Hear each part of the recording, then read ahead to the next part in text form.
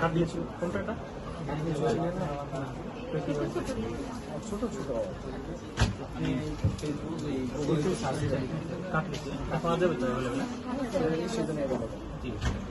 আচ্ছা, আরো কোনো সমস্যা আছে আপনার? প্রস্রাবের কোনো জ্বালা পোড়া নাই তো? মাঝে মধ্যে একটু জ্বালা করে। জ্বালা পোড়া হয়। পায়খানা?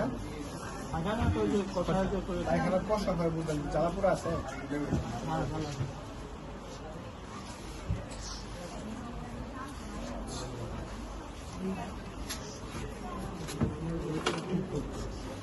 চেম্বার আছে, কলকাতা চেম্বার আছে, চেম্বার আছে।